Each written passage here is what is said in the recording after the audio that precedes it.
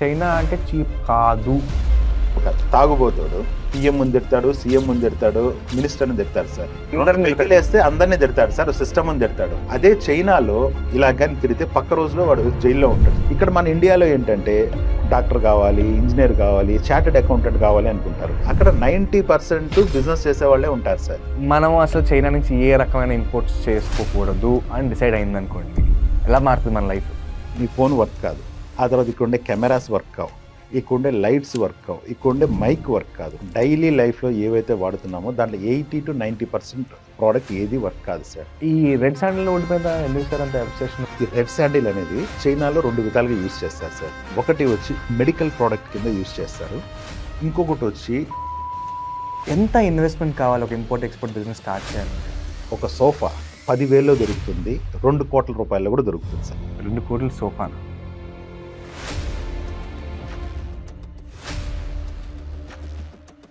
Import అంటే ఏంటి, export అంటే ఏంటి, ట్రేడర్ అంటే ఏంటి?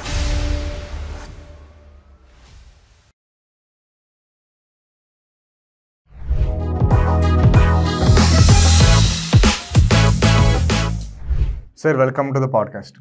హలో సార్, వివేక్ గారు.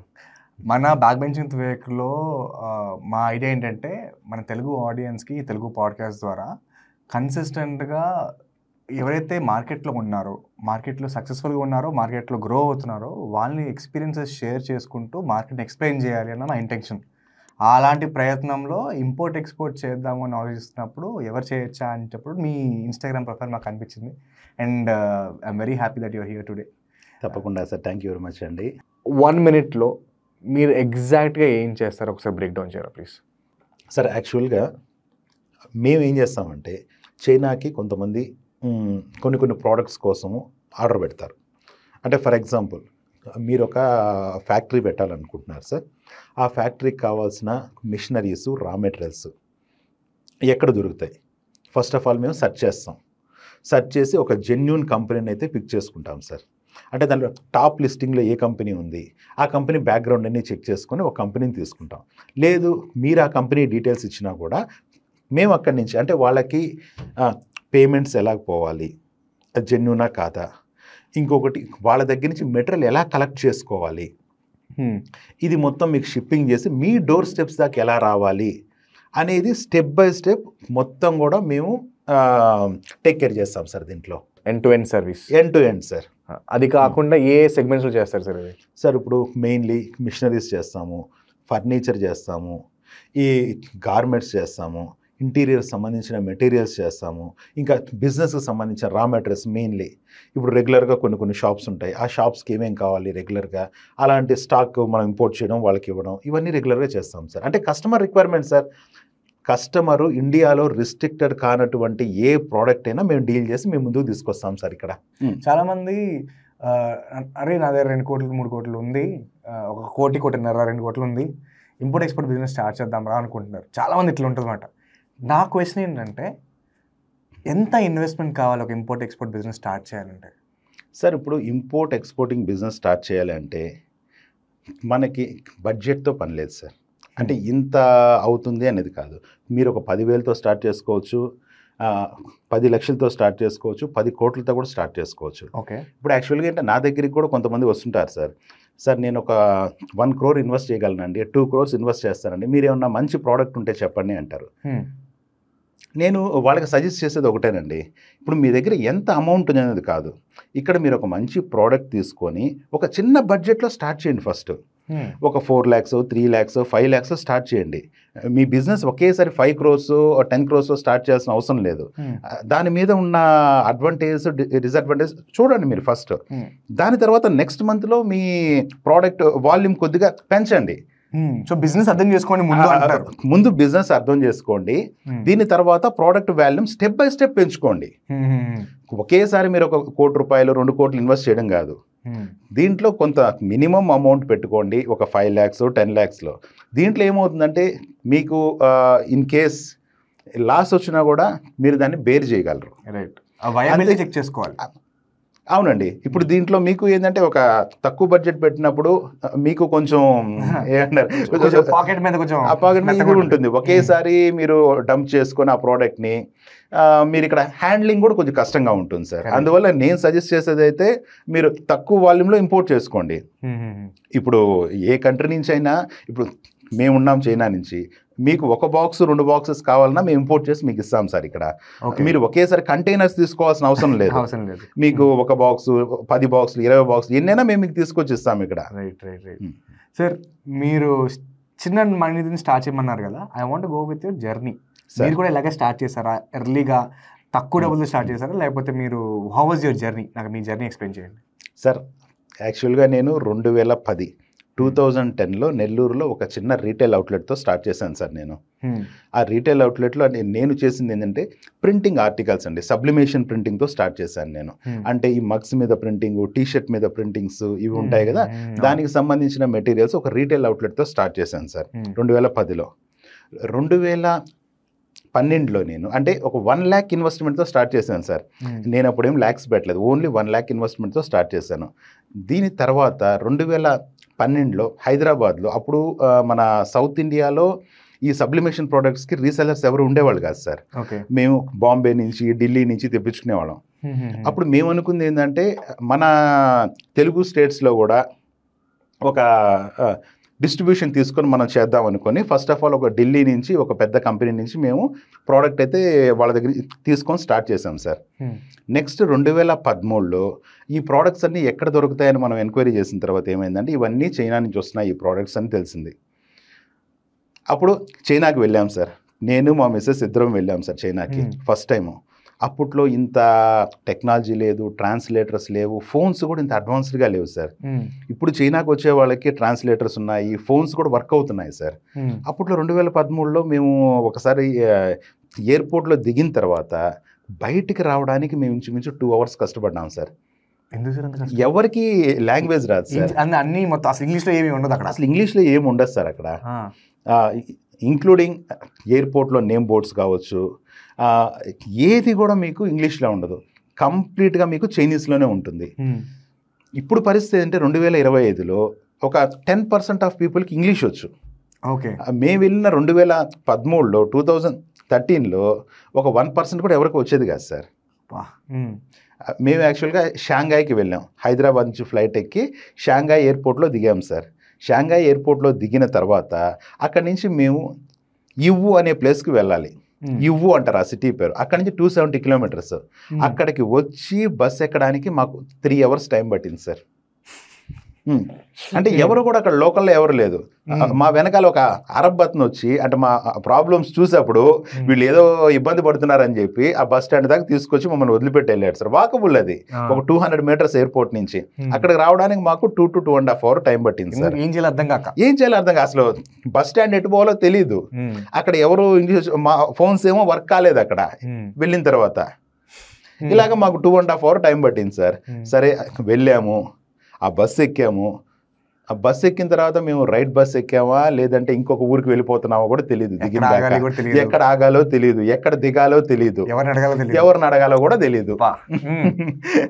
లాస్ట్కి మేము ఒక 4 hours 4.5 hours జర్నీ తర్వాత ఒక స్టాప్లో అయితే ఆపిందండి. ఆ స్టాప్లో ఆపిన తర్వాత పక్కన చూస్తే ఇండియన్ రెస్టారెంట్ అని ఉండింది సార్. మా ప్రాణం ఒక్కసారిగా లేచి వచ్చింది ఆ ఇండియన్ రెస్టారెంట్ని చూడగానే. అంటే మన ఇండియన్స్ ఉన్నారు, ఇంకా మనకి కమ్యూనికేషన్ ప్రాబ్లం లేదు అని. అంటే అప్పట్లో అలా ఉండేది సార్ చైనా. ఇప్పట్లో చాలా మారాయి సార్. అంటే ఇప్పట్లో కూడా లాంగ్వేజ్ ప్రాబ్లమ్స్ అనేవి చాలా ఉన్నాయి అక్కడ. చైనాలో ఎవ్వరు కూడా ఇంగ్లీష్ రాదు సార్. మన ఇండియన్స్కి ఒక అడ్వాంటేజ్ ఏంటంటే మన బుక్స్ అన్నీ కూడా ఇంగ్లీష్లో ఉంటాయి. మనం చిన్నప్పటి నుంచి ఇంగ్లీష్ చదువుకో ఉంటాం. వాళ్ళకి అసలు ఇంగ్లీష్లో ఏది ఉండదు సార్ అక్కడ, అన్ని చైనీస్లోనే ఉంటుంది. ఈవెన్ మనము మాట్లాడే లాంగ్వేజ్లో 20 to 30% మనం ఇంగ్లీష్ వర్డ్స్ వాడతాం సార్. బస్సును బస్సు అంటాము, ట్రైన్ అంటాము. ఈవెన్ మనము అలాంటి ఇంగ్లీష్లో మనం 1 2 3 అంటాము. వాళ్ళ దాంట్లో ఏది ఉండదు సార్, కంప్లీట్గా వాళ్ళు అన్ని చైనీస్లోనే మాట్లాడతారు. కాబట్టి ఇది చాలా డిఫికల్ట్ సార్. అప్పుడు ఉండే థింగ్ చెప్తున్నాను, 2013 సంగతి చెప్తున్నాను. అలా ఉంటుంది అక్కడ. సో అక్కడి నుంచి ఏమైంది సార్? మీరు మీ ఫస్ట్ బయర్ని ఎలా కనుక్కున్నారు, సప్లయర్ ఎలా కనుక్కున్నారు మీరు? సార్ నేను మా బయర్ని వచ్చి ఆల్రెడీ నేను ఇక్కడ నెట్లో చూసి కరెక్ట్ నెట్లో చూసి నేను వాళ్ళతో కాంటాక్ట్ చేసి వెళ్ళాను సార్ ఇక్కడ నుంచి నేను. ఓకే. అక్కడ ఆ ప్లేస్కి వెళ్ళాము. నెక్స్ట్ డే వాళ్ళతో మీటింగ్ జరిగింది. అక్కడి నుంచి ప్రోడక్ట్స్ అయితే మనం ఇంపోర్ట్ చేసాము. అంటే ఫస్ట్ కన్సైన్మెంట్ మనం 2013లోనే మనం ఇంపోర్ట్ చేసాము. మంచి ప్రాఫిట్స్తోనే ఆ రోజుల్లో మన బిజినెస్ జర్నీ అనేది స్టార్ట్ అయింది సార్. అక్కడి నుంచి స్టార్ట్ అయింది మంది. రీటైల్ నుంచి హోల్సేలర్ నుంచి ఇంపోర్టర్ అయ్యాను సార్ నేను. మొత్తం సర్కిల్ మొత్తం చూశాను సార్. విత్ ఇన్ 3 yearsలోనే సార్. 2010లో బిజినెస్ స్టార్ట్ చేశాను. 2013, 2014 కల్లా కూడా నేను ఒక ప్రోడక్ట్స్ ఇంపోర్ట్ చేసి ఒక మంచి ఇంపోర్టర్గా అయితే నేను నా బిజినెస్ని కొనసాగించాను సార్. సో అప్పుడు స్టార్ట్ చేసినప్పుడు ప్రింటింగ్ కావాల్సిన ఏవైతే మెషినరీ ఉన్నారో అవి ఇంపోర్ట్ చేసుకున్నారు ఇక్కడికి? అవును సార్. యాక్చువల్గా ఏంటంటే మాది ప్రింటింగ్ బిజినెస్ కాబట్టి మేము ప్రింటింగ్ మిషన్స్, దానికి సంబంధించిన రా మెటీరియల్స్, బ్లాంక్స్ ఇవన్నీ కూడా మేము ఇంపోర్ట్ చేసేవాళ్ళం సార్. 2016 దాకా కూడా మేము సేమ్ ప్రోడక్టే మేము ఇంపోర్ట్ చేసేవాళ్ళం. 2016 తర్వాత కొంతమంది మా ఫ్రెండ్స్ అయితే సజెస్ట్ చేశారు, ఇప్పుడు మేము కొన్ని ప్రోడక్ట్స్ అక్కడనే తెచ్చుకోవాలనుకుంటున్నాము, నువ్వేమైనా హెల్ప్ చేస్తావా అని. అప్పుడు మాకు ఏమనిపించింది, వై నాట్ మనం ఎందుకు చేయకూడదు? ఇప్పుడు అందరికీ మనం హెల్ప్ చేసుకుంటూ పోవాలంటే మనకి అంత టైము లేదు ఇక్కడ. అందువల్ల మనమే ఒక ఆఫీస్ పెడదాము, చైనాలో ఒక ఆఫీస్ పెట్టి అక్కడి నుంచి ఎవరైతే స్ట్రగుల్ అవుతున్నారో ఇంపోర్ట్ చేయడానికి వాళ్ళకి హెల్ప్ చేసి కొన్ని ప్రోడక్ట్స్ తీసుకొని వద్దాం అక్కడి నుంచి అని చెప్పి మేము ఆఫీస్ స్టార్ట్ చేయడం జరిగింది సార్ అక్కడ బిజినెస్ అనేది 2016లో. మార్కెట్లో ఇంపోర్ట్ ఎక్స్పోర్ట్ మీద చాలా మంది కోర్సెస్ చేస్తున్నారు కదా సార్, దీని మీ ఫీడ్బ్యాక్ ఏంటి? సార్ యాక్చువల్గా ఇంపోర్ట్ ఎక్స్పోర్ట్ కోర్సెస్ అనేది దాంట్లో బేసిక్ ఇన్ఫర్మేషన్ వాళ్ళైతే మనకు ప్రొవైడ్ చేస్తారు సార్. ఇంకొకటి ఏంటంటే ఎక్స్పోర్ట్లో మనకు కావాల్సింది మెయిన్లీ కస్టమర్, అంటే ఒక బయ్యర్ కావాలి అక్కడ. ఆ బయ్యర్ని మనము ఫైండ్ అవుట్ చేసుకోవడమే ఎక్స్పోర్ట్లో పెద్ద మంచి టాస్క్. ఏంటి అంటే మనం బయ్యర్ని సెలెక్ట్ చేయడమే సార్ అక్కడ. ఆ బయ్యర్ మనకు దొరికితే ఈ ప్రాసెస్ అంతా కూడా మనం నేర్చుకోవాల్సిన అవసరం లేదు సార్. మధ్యలో సిహెచ్ఏ ఏజెంట్స్ ఉంటారు, వీళ్ళే కంప్లీట్గా అంటే మనం స్టెప్ బై స్టెప్ మొత్తం వాళ్ళే చేసి పెడతారు. అంటే దీంట్లో మనం పర్సనల్గా నేర్చుకోవాల్సింది ఏంటంటే మనకి బేసిక్ థింగ్స్ మాత్రమే నేర్చుకోవాల్సి ఉంటుంది దాంట్లో. సో బేసిక్ ఏంటంటే ఆ బయర్ని మనం ఐడెంటిఫై చేసుకోగలిగితే ఈ కోర్సులు గీర్సులు అవన్నీ అవసరం లేదు, ఏం అవసరం లేదు. మార్కెట్ సిస్టమ్స్ ఆల్రెడీ ఉన్నాయి, సపోర్ట్ అయితే ఆల్రెడీ ఉంది. అవును సార్. ఇప్పుడు మీ దగ్గర ఒక ప్రోడక్ట్ ఉంది అంటే ఆ ప్రోడక్ట్ని ఫస్ట్ మనం ఏం చేయాలి, ఇక్కడ నుంచి ఎక్స్పోర్ట్ చేయడానికి దానికి సంబంధించిన డాక్యుమెంట్స్ దగ్గర నుంచి అక్కడ రీచ్ అయ్యేదాకా ఈ సిస్టమ్ అంతా కూడా కొంతమంది ఏజెంట్స్ ఉంటారు, వాళ్ళు చేసి పెడతారు. దీనికోసం సపరేట్గా మనం ఏం చదవాల్సిన అవసరం లేదు, కోర్సులు తీసుకోవాల్సిన అవసరం కూడా ఏం లేదు సార్. అంటే నా ఒపీనియన్ సార్. అయితే అందుకే సార్, అందుకే మన పాడ్కాస్ట్ చేసి చూసి ఏ బేసిక్ నాలెడ్జ్ ఏదైనా వస్తుంది వాళ్ళకి, ఒక ఇన్ డెప్త్ మార్కెట్ రియాలిటీ అర్థమవుతుంది అని చెప్పి, that is one of the reason we're doing this. So అక్కడి నుంచి స్టార్ట్ చేద్దాం సార్, బేసిక్స్ నుంచి స్టార్ట్ చేద్దాం. ఓకే. ఇంపోర్ట్ అంటే ఏంటి, ఎక్స్పోర్ట్ అంటే ఏంటి, ట్రేడర్ అంటే ఏంటి, ఈ మూడు ఎక్స్ప్లెయిన్ చేయండి సార్ ఒకసారి. సార్ ఫస్ట్ ఇప్పుడు ఎక్స్పోర్ట్ అంటే మన దగ్గర ఉన్న ప్రోడక్ట్ని ఏ కంట్రీలో అయితే నీడ్ ఉందో ఆ కంట్రీకి మనం ఎక్స్పోర్ట్ చేయడం ఎక్స్పోర్ట్ అంటారు sir first of all. Import అనేది మనం ఇప్పుడు మనకున్న నీడ్ని బయట కంట్రీ నుంచి మనం ఇంపోర్ట్ చేసుకోవడాన్ని ఇంపోర్ట్ అంటారు సార్. అది బేసిక్ థింగ్, మీకు అందరికీ తెలిసిందే అది. ట్రేడింగ్ అనేది అంటే మనం ఒక మెటీరియల్ని మనం తయారు చేయకుండా ఒక ఫ్యాక్టరీలో మనం తీసుకొని మనం ఇక్కడ కస్టమర్కి సేల్ చేయడం, దాన్ని ట్రేడింగ్ అంటారు సార్. సో బేసిక్గా మధ్యలో మిడిల్ మ్యాన్ అన్నట్టు. మిడిల్ మ్యాన్, అవును sir. Trading is nothing but middle man. అవును సార్. సో ఎక్స్పోర్ట్ ప్రాఫిటబుల్లా, ఇంపోర్ట్ ప్రాఫిటబుల్లా, దేంట్లోంచి ఎక్కువ మనీ చేసుకోవడానికి ఆస్కారం ఉంటుంది మనకి సార్? ఇప్పుడు ఎక్స్పోర్ట్ అనేది ఇంపోర్ట్ అనేది రెండిట్లో కూడా మనం కరెక్ట్గా చేసుకున్నప్పుడు ప్రాఫిట్ ఉంటుంది, లాసు ఉంటుంది సార్. ఓకే. అంటే ఇది ఎక్స్పోర్ట్ అనగానే అదేం మనకేమి డబ్బుల్ని కురిపించదు, ఇంపోర్ట్ అన్నాక డబ్బుల్ని ఏం కురిపించదు సార్.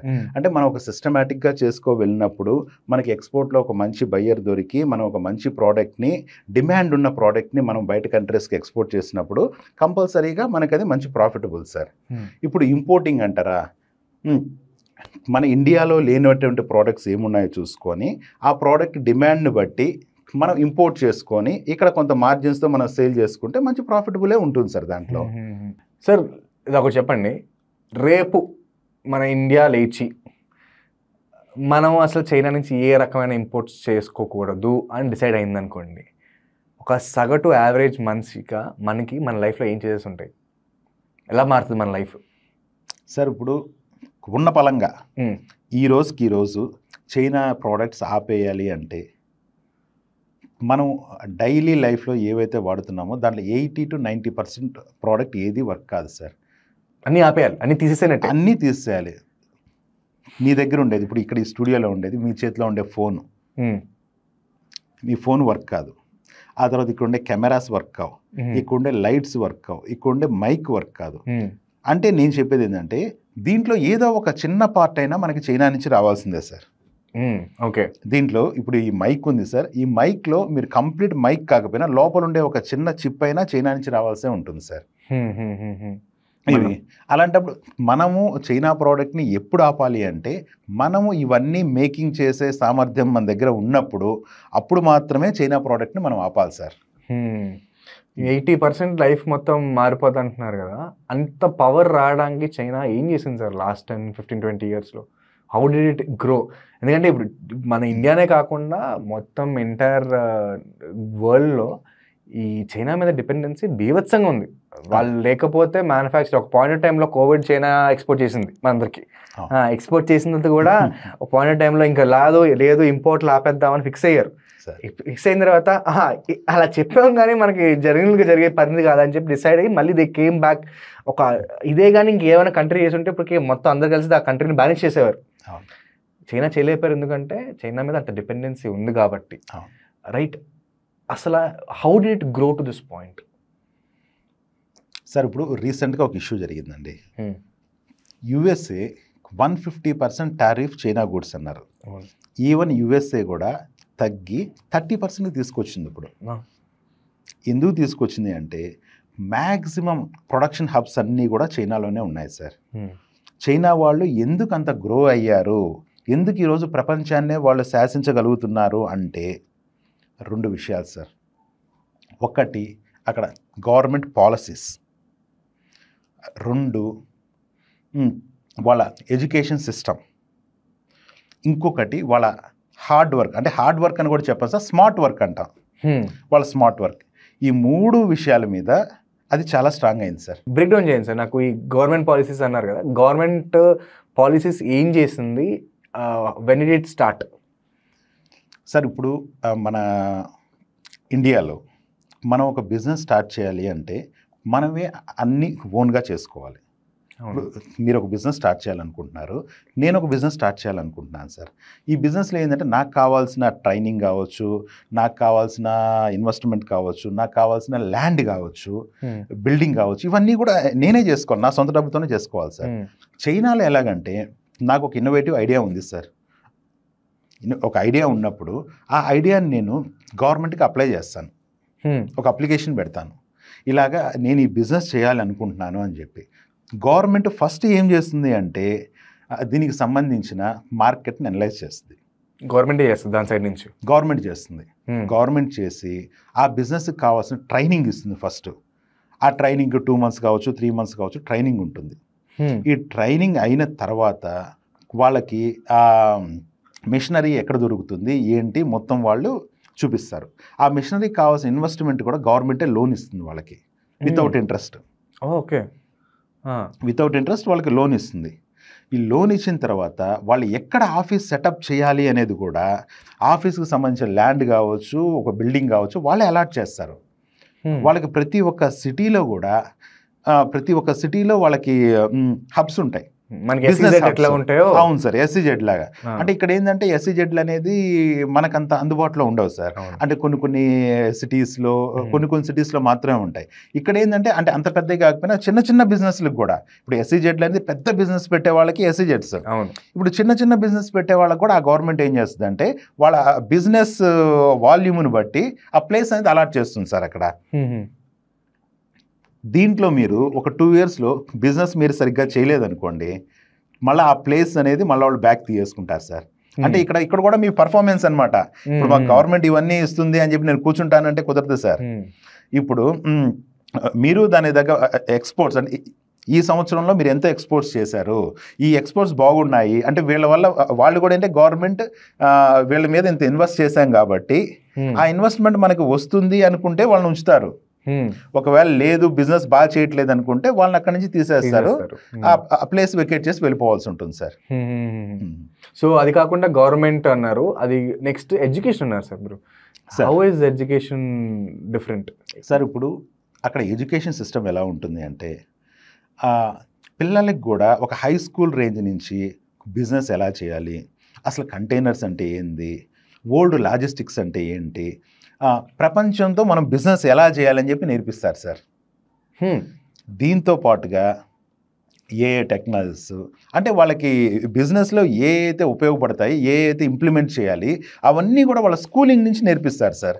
ఇక్కడ మన ఇండియాలో ఏంటంటే ప్రతి ఒక్కరు డాక్టర్ కావాలి, ఇంజనీర్ కావాలి, చార్టెడ్ అకౌంటెంట్ కావాలి అనుకుంటారు. అక్కడ ఏంటంటే ఒక మంచి బిజినెస్ మ్యాన్ కావాలి. అక్కడ 90% బిజినెస్ చేసేవాళ్ళే ఉంటారు సార్. ఓకే. 10% మాత్రమే ఇంజనీర్లు, డాక్టర్స్ దీని మీద ఇంట్రెస్ట్ చూపిస్తారు. ఓకే. మెయిన్లీ అక్కడ బిజినెస్ మీద ఇంట్రెస్ట్ చూపిస్తారు సార్. వాళ్ళ స్టడీస్ కూడా ఏంటంటే ఆ బిజినెస్ దానికి అనుగుణంగానే ఉంటాయి సార్ అక్కడ. సో ఇందా మీరు మాట్లాడుతున్నప్పుడు ఎవరో 12th క్లాస్ దాటి చదవరు అని కూడా చెప్పారు. అవును సార్. ఏంటి సార్ 12th క్లాస్ దాటి చదవకపోతే హౌ విల్ దే గ్రో? యాక్చువల్గా ఏంటంటే సార్ వాళ్ళు ఏం బిలీవ్ చేస్తారంటే బిజినెస్ చేయాలి అంటే చదువు మనకు అంత అవసరం లేదు సార్. మినిమం అంటే ఒక 10th క్లాస్ 12th క్లాస్ అంటే వాళ్ళు 12th దాకే మ్యాక్సిమం అందరూ చదువుకుంటారు సార్. 12th క్లాస్ చదువుకొని దీని తర్వాత బిజినెస్లో ట్రైనింగ్ తీసుకుంటారు వాళ్ళు. అది గవర్నమెంట్ ఇస్తుంది, మళ్ళీ గవర్నమెంటే ఇస్తుంది బిజినెస్ ట్రైనింగ్. అంటే ఇక్కడ ఒక సేల్స్ రిప్రజెంటేటివ్ ఉన్నారు సార్. సేల్స్ రిప్రజెంటేటివ్కి ఎంతవరకు ట్రైనింగ్ కావాలో అంతవరకు ట్రైనింగ్ ఇస్తారు. ఓకే. వాళ్ళకి అక్కడ ఒక 5000 RMB ఇచ్చే జాబ్ వాళ్ళకి దొరుకుతుంది సార్. అక్కడ 5000 RMB అంటే ఇక్కడ మన దాంట్లో అప్రాక్సిమేట్లీ 60,000 సార్. అంటే వాళ్ళ బేసిక్ శాలరీ వచ్చి 5000 RMB సార్. ఓకే. ఓకే. ఇంకొకటి నెక్స్ట్ ఒక కంపెనీ ఎస్టాబ్లిష్ చేయాలంటే ఒక ఓనర్కి సపరేట్ ట్రైనింగ్ ఇస్తారు. ఇప్పుడు ఓనర్ ట్రైనింగ్ వేరే ఉంటుంది, కంపెనీ ఎస్టాబ్లిష్ చేయాలంటే మార్కెటింగ్ వాళ్ళకి వేరే ఉంటుంది, సేల్స్ వాళ్ళకి వేరే ఉంటుంది. అంటే ఎవరికి కావాల్సిన ట్రైనింగ్ సపరేట్గా వాళ్ళు ఇస్తారు సార్. సో వాళ్ళు అప్గ్రేడేషన్ మీద, లెర్నింగ్ మీద బాగా ఫోకస్ చేస్తారు ఇక్కడ ఉన్నారు. అవును సార్. ఇప్పుడు ఎవ్రీ 3 monthsకి ఒకసారి, ఇప్పుడు నా దగ్గర 2 ఎంప్లాయీస్ ఉన్నారు సార్ చైనాలో. 2 అమ్మాయిలు నా దగ్గర వర్క్ చేస్తారు. వాళ్ళు ఎవ్రీ 3 monthsకి ఒకసారి, 4 monthsకి ఒకసారి ట్రైనింగ్ క్లాసులకు అటెండ్ అవుతుంటారు అనమాట. వాళ్ళు కూడా అంటే వాళ్ళు అప్డేట్ అవుతుంది. అవేవి మనం ఇచ్చేది కాదు సార్, గవర్నమెంటే ఇస్తారు వాళ్ళకి. అది మ్యాండేటరీయా లేకపోతే? మ్యాండేటరీ సార్, అది మ్యాండేటరీ. ఇప్పుడు వాళ్ళకి ఇప్పుడు ఉండే కండిషన్ ఎలా ఉంది, ఇప్పుడు దాన్ని ఎలాగ అప్గ్రేడ్ చేసుకోవాలి, ఇప్పుడు ఉండే న్యూ టెక్నాలజీ ఏంది, మార్కెటింగ్ అనేది. ఇప్పుడు మార్కెటింగ్ 15 years బ్యాక్ మార్కెటింగ్ వేరే, ఈ రోజు మార్కెటింగ్ వేరే సార్. అంటే నేను బిజినెస్ స్టార్ట్ చేసినప్పుడు ఉన్న మార్కెటింగ్ వేరే, ఇప్పుడు ఈ రోజు 2015లో ఉన్న మార్కెటింగ్ వేరే. ఇప్పుడు దానికి అప్డేట్ అవ్వాలి. ఇప్పుడు అంతా సోషల్ మీడియా ఉంది. సోషల్ మీడియాలో ఎలా మార్కెటింగ్ చేయాలి, ఆఫ్లైన్లో ఎలా చేయాలి, ఆన్లైన్లో ఎలా చేయాలి, కస్టమర్తో ఎలా మాట్లాడాలి, ఓవర్సీస్ కస్టమర్స్ వచ్చినప్పుడు వాళ్ళతో ఎలా మాట్లాడాలి, ఇవన్నీ ఆ ట్రైనింగ్లో నేర్పిస్తారు సార్ వాళ్ళకి. ఇప్పుడు ప్రొడక్షన్ మేనేజర్ ఉన్నారు. ఒక ప్రొడక్షన్ మేనేజర్కి ఏం కావాలి, దానికి సపరేట్ ట్రైనింగ్ ఇస్తారు. ఒక బాస్కి ఏం కావాలి అంటే ఒక కంపెనీ ఎస్టాబ్లిష్ చేసిన బాస్కి ఏ ట్రైనింగ్ కావాలి, ఆ ట్రైనింగ్ వాళ్ళు ఇస్తారు. అంతే డిసిప్లిన్గా వెళ్తారా సార్ ట్రైనింగ్స్కి? 100% సార్ డిసిప్లిన్గా వెళ్తారు సార్. 100% వెళ్తారు సార్. మన కంట్రీలో ఓట్ వేయడానికే వెళ్ళరు సార్. కొన్ని సిటీల్లో పోలింగ్ 20% ఉంటుంది. అలాంటిది ఒక ట్రైనింగ్ అటెండ్ అవ్వడానికి, మల్టిపుల్ బ్యాకప్ ట్రైనింగ్స్ అటెండ్ అవ్వడానికి మనుషులు వెళ్తున్నారు అంటే అది ఐదర్ అల్టిమేట్ డిసిప్లిన్ అనే ఉండాలి, లేకపోతే వాళ్ళకి గ్రో అయ్యే ఇంటెన్షన్ ఉండాలి, లేకపోతే గవర్నమెంట్ మీద పిచ్చ భయమైనా ఉండాలి. ఈ మూడిట్లో ఏది సార్? బేసికల్లీ చైనీస్ పీపుల్ అంతా మంచి డిసిప్లిన్గానే ఉంటారు సార్ ఫస్ట్ ఆఫ్ ఆల్. ఇంకోటి ఏంటంటే మీరు ఒకటి చెప్పారు చూడండి, గవర్నమెంట్ అంటే భయం అని. 100% గవర్నమెంట్ అంటే వాళ్ళకి భయం సార్. మనలాగా, మన ఇండియాలో లాగా ఇప్పుడు ఒక సామాన్యమైన వ్యక్తి, ఒక ఏమంటారు, ఒక తాగుబోతాడు పిఎం ముందు తిడతాడు, సీఎం ముందు తిడతాడు, మినిస్టర్ని తిడతాడు సార్. ఒక 2 పెగ్గులు వేస్తే ఆటోమేటిక్గా 2 పెగ్గులు వేస్తే అందరినీ తిడతాడు సార్, సిస్టమ్ అని తిడతాడు. అదే చైనాలో ఇలాగని తిడితే పక్క రోజులో వాడు జైల్లో ఉంటాడు, ఇంకా రాడు బయటికి. అంటే మనకంత స్వతంత్రం ఉంది సార్ ఇక్కడ. అంటే ఈ స్వతంత్రాన్ని మనం ఏంటంటే అవసరానికి కాకుండా అనవసరమైన దానికి వాడుకుంటున్నాం సార్, పాడైపోతున్నాం అంటారు. అది సార్, అది 100% కరెక్ట్ సార్. అక్కడ ఏంటంటే గవర్నమెంట్ అంటే భయం సార్. గవర్నమెంట్ ఒక విషయం చెప్పింది అంటే వాళ్ళు 100% దాన్ని ఫాలో అవ్వాల్సిందే. వాళ్ళకి ఇంకేమీ లేదు, నావిగేషన్ లేవు. ఇంకేం నావిగేషన్ ఉండదు సార్ అక్కడ. ఇంకా ఆల్టర్నేట్ ఏమి ఉండదు. గవర్నమెంట్ ఒకటి చెప్తే ఆ గవర్నమెంట్ చెప్పిన దానికి ఫాలో అవ్వాల్సిందే వాళ్ళు. ఇంకోటి వాళ్ళు ఆల్రెడీ ఏంటంటే ఒక సిస్టమ్ బలంగా ఉన్నప్పుడు డిసిప్లిన్ అనేది ఆటోమేటిక్గా వచ్చేస్తుంది సార్. ఒక గవర్నమెంట్ ఒక భయం ఉన్నప్పుడు, ఇంట్లో ఒక తండ్రి భయం ఉన్నప్పుడు ఏమవుతుంది, ఆ ఇంట్లో పిల్లలు కూడా భయంగా ఉంటారు, డిసిప్లైన్గా ఉంటారు సార్. ఇక్కడ గవర్నమెంట్ భయంగా ఉన్నప్పుడు అక్కడ ఉండే పబ్లిక్ మొత్తం కూడా డిసిప్లైన్గా ఉంటారు సార్. అలా అంటారు. మనం డిసిప్లిన్ తేయడం కష్టమే సార్ మన కంట్రీలో, మామూలు విషయం. కొంతమందికి ఇంట్రెస్ట్ డెవలప్ చేసుకోవడం, కానీ మాస్ డిసిప్లిన్ చాలా చాలా కష్టం. అదే సార్, ఆ మాస్ డిసిప్లిన్ ఉంటేనే మన కంట్రీ ముందుకు వెళ్తుంది సార్. అంటే ఏ కంట్రీ అయినా ఇప్పుడు వాళ్ళంతా డెవలప్ అయ్యారు అంటే ఆ discipline, government policies plus government మీద ఉన్న భయం కూడా అనుకోవాలి సార్. అది దాంట్లో ప్లస్ పాయింట్ ఏంటంటే చైనాలో గవర్నమెంట్ ఎక్కువ మారదు. ఒకటే నాకు తెలిసి మన ఇప్పుడు కరెంట్గా ఉన్న ప్రెసిడెంట్ జీ జిన్పింగ్ అనుకుంటే ఆయన పేరు. అవును సార్. ఆయనకు 30 ఏళ్ళైనా ఆయనే ఎంపరర్ అంట. ఆయన కొత్తగా ఆయన ఒక పోస్ట్ పెట్టుకుని ఎంపరర్ అని చెప్పి ఆయన దాన్ని ఫిక్స్ అయిపోయాడు ఆయన. అవును సార్. అండ్ లాస్ట్ 10-12 years నుంచి ఆయన ఉన్నట్టు. మనకంటే ఇప్పుడు లాస్ట్ 20 yearsలో ఒక 3 సార్లు గవర్నమెంట్ మారింది. వీళ్ళు చేసింది వాళ్ళు కట్ చేస్తాడు, ఆయన చేసింది వీళ్ళు కట్ చేస్తారు. సో అదొక సెల్ఫ్ డిస్ట్రక్ట్ మోడ్లో వెళ్ళిపోతుంది. సో అది కూడా ఒక రీజన్ అంటారు. 100% సార్. ఇప్పుడు అక్కడ ఏంటంటే గవర్నమెంట్ ఒక స్టాండర్డ్ గవర్నమెంట్, అదేంటి కమ్యూనిస్ట్ గవర్నమెంట్ సార్. అది అక్కడ ఏంటంటే ఈ లేబర్కి కానీ వీళ్ళకి ఎక్కువ పాలసీస్ ఇవ్వడము. ఇక్కడ మన ఇండియాలో ఏమవుతుందంటే గవర్నమెంట్ మారే కొంది ఆ పాలసీస్ చేంజ్ అవుతూ ఉంటాయి. అక్కడ ఏంటంటే సింగిల్ పాలసీ పెట్టినప్పుడు ఆ సింగిల్ పాలసీకి మనిషి కూడా దానికంటే అక్కడ అలవాటు పడతారు. ఇక్కడ ఏమవుతుందంటే ఒక గవర్నమెంట్ మారినప్పుడు సిస్టమ్స్ కూడా మారిపోతూ ఉంటాయి సార్. అందువల్ల ఇక్కడ వెంటనే డెవలప్మెంట్ అనేది కొంచెం తక్కువగా ఉంది సార్, అంటే నేను గమనించింది. మన ఇండియా నుంచి చాలా ఇంపోర్ట్ చేసుకుంటాం అన్నారు కదా చైనా. మీరైతే పర్టికులర్గా ఈ ప్రింటింగ్ మెటీరియల్ ఇంకా ఫర్నిచర్ చేసుకుంటున్నారు. అసలు మ్యానుఫ్యాక్చరింగ్ ఇండస్ట్రీ చైనాలో ఎలా ఉంటుంది? ఏ ప్రోడక్ట్స్ మోస్ట్గా ఇంపోర్ట్ చేసుకుంటున్నారు? మ్యానుఫ్యాక్చర్ అక్కడ ఏమవుతున్నాయి? నాకు ఒకసారి బ్రేక్ డౌన్ ఇవ్వండి. చైనా నుంచి మెయిన్లీ ఏంటంటే మిషనరీస్ వస్తాయి, ఫుడ్ ప్రోడక్ట్స్, కెమికల్స్, ఇంకా నెక్స్ట్ వచ్చి furniture, electronic products, electronic gadgets, ఇవన్నీ కూడా రెగ్యులర్గా ఇంపోర్ట్ అవుతాయి సార్ అక్కడి నుంచి, చైనా నుంచి. ఇంకా క్లోత్స్, గార్మెంట్స్ అనేది మన ఇండియాలో హ్యూజ్ మార్కెట్ ఉంది సార్. ఫస్ట్ ఆఫ్ ఆల్ అంటే హ్యూజ్ ప్రొడక్షన్ ఉంది ఇక్కడ. చైనా నుంచి ఏంటంటే కొన్ని ప్రీమియం వెస్టర్న్ వేర్స్ అలాంటివి కావాలంటే మనం ఇంపోర్ట్ చేసుకోవచ్చు సార్ అక్కడి నుంచి. రెగ్యులర్గా ఏంటంటే మన చైనా నుంచి కూడా గార్మెంట్స్ అనేవి ఇంపోర్ట్ చేస్తుంటారు. కానీ మన ఇండియాలోనే గార్మెంట్స్కి చాలా పెద్ద హబ్ ఉంది ఇక్కడ. ఇప్పుడు మన తిరుపూర్ తీసుకోవచ్చు, గుజరాత్లో తీసుకోవచ్చు, ఇవన్నీ కూడా మన దగ్గరే ఎక్స్పోర్ట్ అవుతున్నాయి సార్. కరెక్ట్. వెస్ట్ బెంగాల్ ఇవంతా మన దగ్గర నుంచి ఎక్స్పోర్ట్ అవుతున్నాయి. గార్మెంట్స్లో మన India one of the leading exporter sir. Leading exporter. ఇప్పుడు కొన్ని వెస్ట్రన్ వేరు కొన్ని అలాంటివి కావాలంటే మనం ఇంపోర్ట్ చేసుకోవచ్చు. అంటే గార్మెంట్స్ కూడా రెగ్యులర్గా ఇంపోర్ట్ చేస్తాం సార్ మేము. కానీ నాట్ మ్యాసివ్ అంతే. టాయ్స్ ఎంత ఎక్స్పోర్ట్ అవుతాయి సార్ చైనా నుంచి? సార్ టాయ్స్ అనేది గత 5 years బ్యాక్ మేమే చాలా ఇంపోర్ట్ చేసేవాళ్ళం. ఇప్పుడు మన ఇండియన్ గవర్నమెంట్ టాయ్స్ మీద BIS అనే ఒక సర్టిఫికేట్ ఉండాలి సార్ మనం ఇంపోర్ట్ చేయాలంటే. BIS అంటే బ్యూరో ఆఫ్ ఇండియన్ స్టాండర్డ్స్. అంటే గవర్నమెంట్ ఏం చేసిందంటే ఇప్పుడు మన అదర్ కంట్రీస్ నుంచి రకరకాల చీప్ ప్రోడక్ట్స్ మనకి ఇంపోర్ట్ అవుతున్నాయి. ఆ ప్రోడక్ట్స్ ఇంపోర్ట్ అయిన తర్వాత ఇక్కడ చాలా ప్రాబ్లమ్స్ ఉంటాయి. అంటే ఆ టాయ్స్లో ఏ కెమికల్స్ వాడారో తెలియదు, ఎలా వాడారో తెలియదు. ఇప్పుడు చిన్న చిన్న పిల్లలు ఉంటారు, ఆ పిల్లలు దాన్ని నోట్లో పెట్టుకుంటారు, దాన్ని ఇంకా రకరకాలుగా వాళ్ళు హక్ చేసుకుంటారు దాన్ని. ఇలాంటప్పుడు ఏమవుతుందంటే చీప్ ప్రోడక్ట్ అనుకోండి, దాంట్లో కెమికల్స్ ఉండడం వల్ల కొన్ని ఆరోగ్యానికి కొన్ని ప్రాబ్లమ్స్ వస్తాయి. అంటే ఈ టాయ్స్ సెగ్మెంట్లో చెప్తున్నాను సార్ నేను. అందువల్ల ఏం చేశారంటే కొన్ని స్టాండర్డ్స్ ఉండాలి అని చెప్పి గవర్నమెంట్ పెట్టింది. ప్రస్తుతానికైతే చైనా నుంచి టాయ్స్ అయితే ఇంపోర్ట్ కావట్లేదు సార్. చైనాలో ప్రతి ఒక్క ప్రోడక్ట్కి అంటే ప్రతి ఒక్క టార్గెట్కి కేటగిరీకి ఒక్కొక్క సిటీ ఉంటుందని విన్నాను సార్. ఇది ఎంతవరకు కరెక్ట్? అసలు ఏ సిటీస్ అలా ఉంటాయి ఒకసారి నాకు బ్రేక్ డౌన్ చేయరా ప్లీజ్. అవును సార్. యాక్చువల్గా ఏంటంటే చైనాలో ఏమైందంటే సార్ ఒక్కొక్క సిటీ అంటే అక్కడ స్టేట్ నుంచి ప్రావిన్స్ అంటారు సార్. ఒక్కొక్క ప్రావిన్స్లో ఒక్కొక్క ప్రోడక్ట్ మ్యానుఫ్యాక్చరింగ్ అవుతుంది. ఓకే. ఫర్ ఎగ్జాంపుల్ ఇప్పుడు ఫర్నిచర్ అనుకోండి, ఫోషాన్లో మ్యానుఫ్యాక్చరింగ్ అవుతుంది సార్. ఎలక్ట్రానిక్స్ అయితే షెంజన్, మిషనరీస్ అయితే షాంగ్డాంగ్ ప్రావిన్స్, ఈ ఫుడ్ ఐటమ్స్ ఇవన్నీ వచ్చేసరికి జినాన్. ఇట్లా స్మాల్ కమోడిటీస్ చిన్న చిన్న ఆర్టికల్స్ దీని మార్కెట్స్ ఉండేంతా కూడా ఇవ్వు. అంటే అక్కడ ఏంటంటే ఒకే దగ్గర మ్యానుఫ్యాక్చరింగ్ యూనిట్స్ పెట్టకుండా ఒక్కొక్క స్టేట్కి ఒక్కొక్క సిటీకి వాళ్ళు దాన్ని డివైడ్ చేస్తున్నారు అనమాట. అంటే ఇప్పుడు ఫోషాన్లో ఓన్లీ ఫర్నిచర్కి అది ఫేమస్ సార్.